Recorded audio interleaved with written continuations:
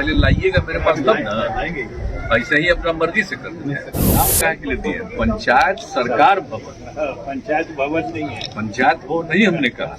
नमस्कार, news pulse में आप सबों का स्वागत है। मैं हूं संतोष सिंह और हम बात कर रहे हैं सीएम के समाधान यात्रा की। जी हां, जैसे जैसे यात्रा आगे बढ़ रही है, सीएम का भी खींच अब सामने आने लगा है।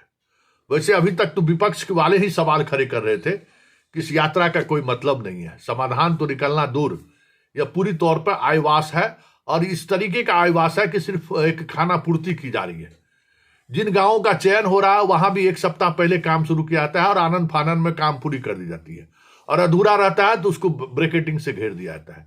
जनता से नहीं मिलते हैं, गांव के लोगों से नहीं मिलते हैं। कुछ खास करके 8-10 जीविका दीदी को, जिनको प्रशासन चुन कर लाती है, उनसे वो मिलते हैं, उनसे वो बात करते हैं।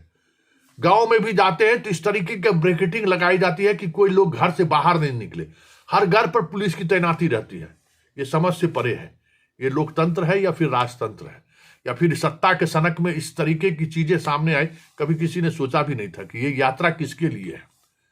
लेकिन सवाल उठना लाजमी है। पहले थोड़ा नीतीश का खींच देखिए कि किस तरीके से वो सुपौल में खींच गुस्से में है। जरा इनको भी देखिए कि पंचायत सरकार को लेकर क्या वो सोचते हैं और क्या जमीनी हकीकत क्या है। और जब उससे वो रूबरू हुए तो कितनी झल्लाहट नीतीश के चेहरे पर दिख रही है, जरा इसको भी देखिए। संशोधन कर दिया तो ये मेरा बनवाया हुआ है, तो पहले लाइएगा मेरे पास तब ना, ऐसे ही अपना मर्जी से कर देते हैं लोग। इस पर सोलर करवाए कैसे? इसके ऊपर में सोलर लगा हुआ है। इसके ऊपर में सोलर मान लीजिए फर्स्ट फ्लोर बनेगा तो उसके ऊपर लगेगा, उसके ऊपर फर्स्ट फ्लोर में लगेगा। लेकिन एक बात है ना कि जब कभी किसी तरह से बाढ़ आएगी तो कोई तरह से आप हमको ला करके दिखाइए जो हम लोग करवाए हैं। 2 चीज एक्स्ट्रा कर दिए।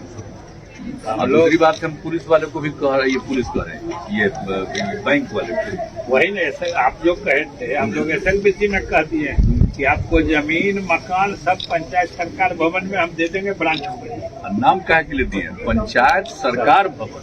पंचायत भवन नहीं है, पंचायत भवन नहीं हमने कहा, इसलिए हमने कहा पंचायत सरकार। कहाँ गई? लिखा हुआ वहाँ पंचायत। मेरा दिया हुआ है सरकार, सिर्फ भारत सरकार और बिहार सरकार नहीं। तो आपने देखा किस तरीके का, किस अंदाज में इनकी झल्लाहट है। लेकिन जरा इससे आगे बढ़िए।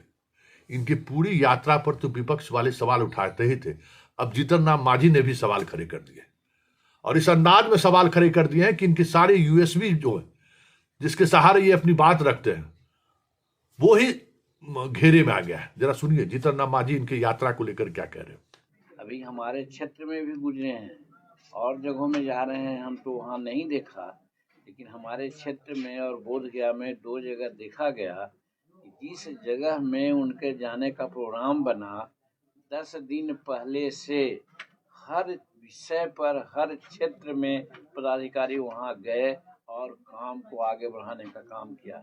यही बार बार मैं कहता हूँ कि नीतीश कुमार जी के जो दिमाग है राज्य के विकास के लिए, उसमें कहीं कोई खोट नहीं है।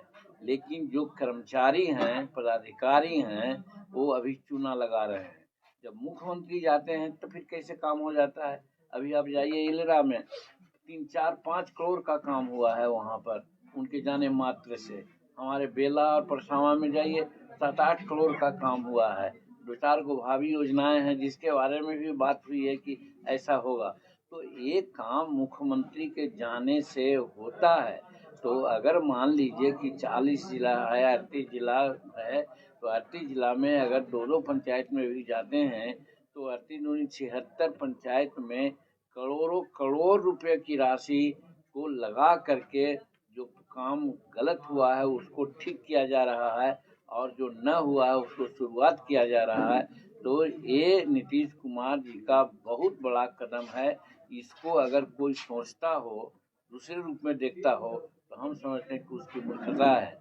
ये नीतीश कुमार जी की दूरदर्शिता है, जिसके चलते आज समाज को और पदाधिकारियों को सबक दे रहे हैं कि हम जाएं तभी काम हो, सो नहीं, पहले से भी काम करो। और हम आपको भी चाहिए कि पदाधिकारियों को भी हम कहें कि कौन ऐसी बात है कि जब मुख्यमंत्री आए तभी आप काम करते हैं, पहले से क्यों नहीं काम करते हैं। जनता को सजग होना चाहिए। जब तक जनता सजग नहीं होगी, काम कराने की बात नहीं जानेगी, तब तक के काम नहीं होगा। एक मुख्यमंत्री क्या कहेंगे, मुख्यमंत्री अपने हद से बहुत अच्छा काम कर रहे हैं, जिसका बड़ा अच्छा रिजल्ट आ रहा है। सर क्या कह रहे हैं? हालांकि सच्चाई यही है। हम लोग भी पूरी यात्रा में यही देखते हैं कि जो काम करने का तरीका है वो कुछ चंद दिनों पहले ही शुरू की जाती है और पूरा करके फिर दोबारा प्रशासन झांकने तक नहीं जाता है कि वो जो काम अधूरा छूट गया है वो पूरा कब करना है या नहीं करना है।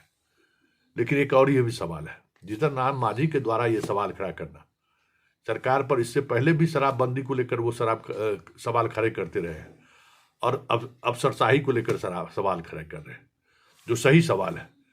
लेकिन क्या इन सवालों के सहारे कहीं ऐसा तो नहीं कि मांझी बाहर का रास्ता दिखाने से पहले कोई ठोस बहाना तो नहीं ढूंढ रहे हैं? ये भी राजनीति हो सकती है।